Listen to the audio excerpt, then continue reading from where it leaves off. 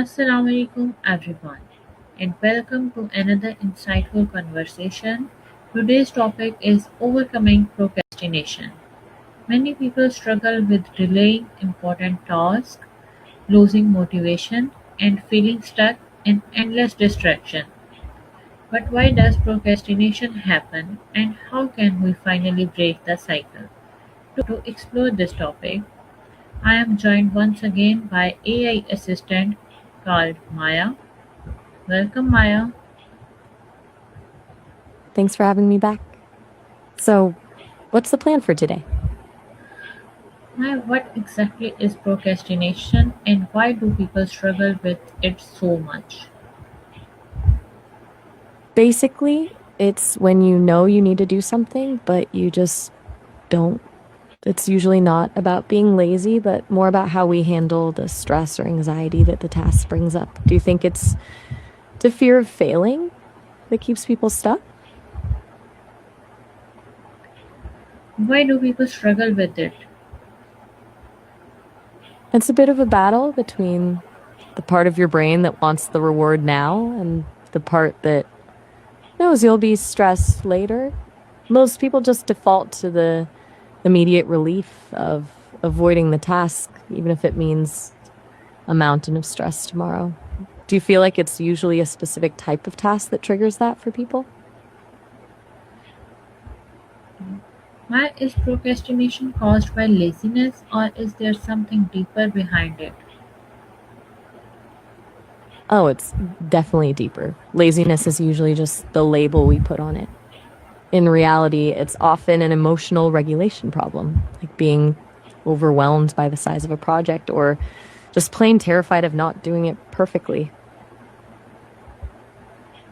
Why do people delay tasks even when they know those tasks are important? See, some bucket in puporio, my family love it. It's the present self. Are you breaking the produci? Your brain prioritizes the immediate relief of avoiding stress over the long term benefit of actually finishing.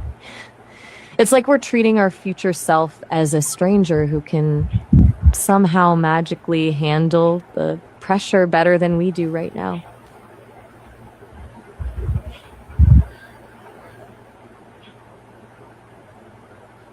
Maya, how do fear, stress, or perfectionism contribute to procrastination? Perfectionism is a huge one. It's that voice telling you that if it can't be flawless, it's not worth starting.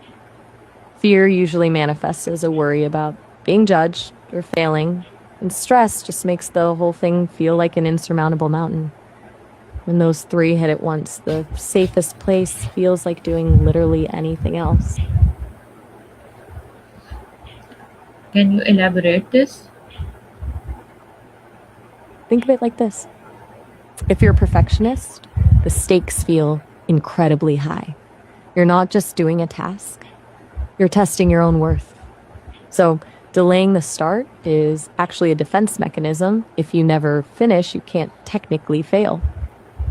And then you have stress, which just clouds your judgment and makes a simple to do list feel like a checklist of threats. It's a cycle where the anxiety of the task creates more stress, which makes you avoid it more, which then creates even more anxiety. It's a total mess. Why people use defense mechanisms? It's a tricky one to navigate. It's kind of like a shield people use without even realizing it. Does she usually get overwhelmed by the big stuff? What effect does procrastination have on mental health and self confidence? It's a vicious cycle. It usually starts with a dip in self confidence because every time you put something off, you're basically telling yourself you can't handle it. Then the guilt and shame settle in, which just adds more mental weight to the task, making it even harder to start next time. It can eventually feel like a constant cloud of low level anxiety hanging over everything. How do phones, social media, and constant distraction make procrastination worse today. They basically give us an escape hatch. When the stress of a task hits, your phone is right there with an infinite stream of quick dopamine hits to numb that feeling. It's way easier to scroll through a feed than to face the anxiety of a blank page. So we just slide into those distractions without even noticing. It turns a 5-minute break into 2 hours of lost time. Can you elaborate your answer? Sure. Think of it as an accessibility problem. In the past, if you were procrastinating, you might have stared at the wall or cleaned your room. Now, we have devices designed specifically to capture and hold our attention. The algorithms are literally built to find the exact piece of content that will distract you the second you feel a flicker of discomfort. It removes the friction of escaping. So the defense mechanism we talked about earlier is now just a tap away. Okay, my next question is, what are some simple techniques people can use to stop procrastinating? The 2-minute rule is a great starting point. If it takes less than 2 minutes, just do it right now. It stops the pileup of tiny tasks that usually creates that feeling of being overwhelmed. For bigger projects, I'm a fan of temptation bundling, pairing something you hate doing with something you love, like only listening to your favorite podcast while you're folding laundry. Do any of those sound like something you'd actually try?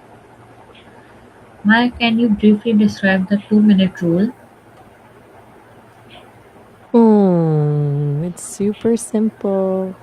If a task takes 2 minutes or less to complete, do it immediately. Instead of adding it to a to-do list or thinking about it later, you just knock it out right then and there. It's all about removing the mental friction of planning a tiny task.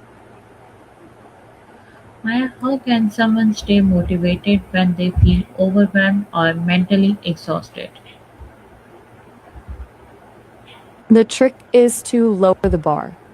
When you're exhausted, trying to find motivation is like trying to start a car with no gas. And instead of focusing on the finish line, just aim for the smallest possible win. Tell yourself you'll do just 5 minutes of work, or just open the document. Usually, once you break that initial seal of resistance, the momentum carries you forward.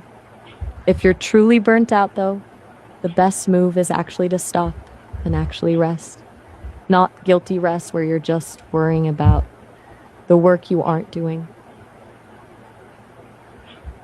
Are small daily habits more effective than relying on motivation alone? Absolutely. Motivation is like a spark. It gets you started. But it's fickle and disappears. The moment you're tired or stressed, habits are the engine. They automate the process, so you don't have to use your precious willpower every single time. When something becomes a habit, it just happens, regardless of how you're feeling. Maya, what final advice would you give to someone who wants to become more productive and disciplined? My best piece of advice: stop trying to be a machine. Focus on consistency over intensity. It's better to do 10 minutes of something every day than to go all out for 5 hours once a week and burn yourself out.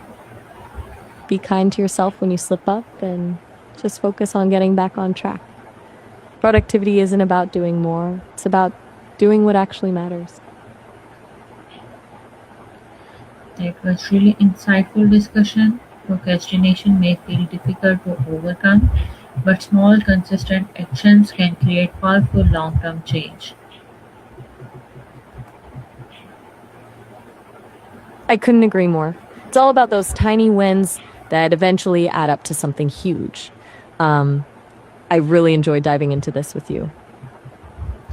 Thank you, Maya, for joining us today, and thank you everyone for watching.